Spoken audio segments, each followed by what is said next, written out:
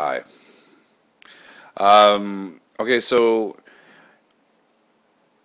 a lot of times when people start a paleo approach to nutrition or any approach, one of the things with the paleo approach is that people will look at it and say, oh, it's a low carb diet or it's a zero carb diet, because people have equated the word carb with grains, pastas, and rice.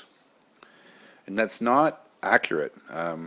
Fruits have carbs, and so do potatoes, so do tubers. So tubers are root vegetables that grow under the ground, like a carrot or a rutabaga, which is just fun to say, or a turnip, which actually is a rutabaga. So, but I got to say it twice, rutabaga. So, but all of these things have carbs in them, but they just aren't the same kind of carbohydrates that you see in grains, or that you see in dairy, or that you'd see in rice, or what else am I missing here? Hold on one sec.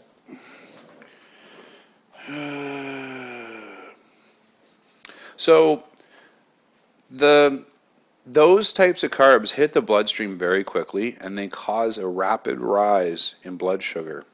And when that blood sugar rises, you actually get a high off of that.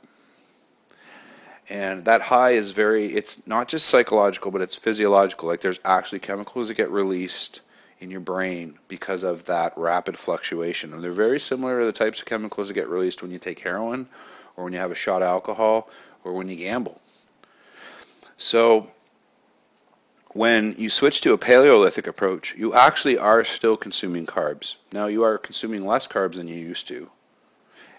But you're consuming more fats. And fats and carbs can be used almost interchangeably in the body as a fuel. In fact, fats work more efficiently as a fuel than carbs do, in that they cause less stress on the system when they're used. Carbs cause a lot of inflammation. I mean, they're still a good way to fuel the body, but they're just different, but they're still going to fuel your body.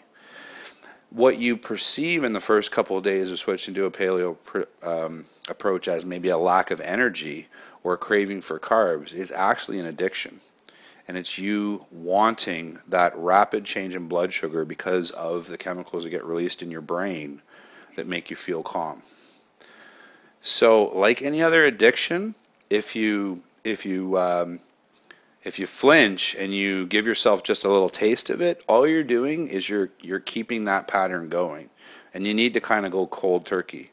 And you also need to have faith that you are going to pass through this phase, and you're going to come out of it with much more stable energy levels and a lot less food cravings. Because what will happen once you've successfully followed a paleo approach for a while is you won't be addicted to carbs anymore, so you'll actually be able to make better nutritional choices without that like monkey on your back literally saying, like, you know, give me some hot lips, give me some hot lips, which is quite literally what's happening. Okay, so you've got the tough part with food is it's a drug you can never go cold turkey off of. Okay, but there are foods that are like drugs, and those ones you can actually move away from, and that's what really a big part of what the paleo approach is all about, is it's finding out what foods are actually fueling the body versus what foods are fueling an addiction that you have, and then getting rid of those ones. And so just understand that for a period of time that will pass, you're going to feel some really crazy cravings, and you're going to come up with all sorts of reasons in your head of why you should have them. You know, oh, this isn't healthy. This can't possibly be. You could get headaches, you could get chills, you could feel nausea. Okay, the brain is very capable. If you've ever gotten in a fight with somebody, an argument, and felt a tightness in your stomach, or your heart rate rise, or sweats, or any of these things, you'll understand that the brain can cause physical symptoms throughout the entire body that have nothing to do with the body. They're the body responding to the brain. When you're trying to overcome an addiction, the brain will send you all sorts of messages that you'll think mean, I've got to stop this approach right now because it's causing a headache. Well, no, it's the addiction creating a headache so that it'll get what it needs, and so that you'll feed the addiction. So you just need to understand that you're on the right path and just keep pushing forward. Okay, so that's Paleo Counseling 101. There you go. Cheers.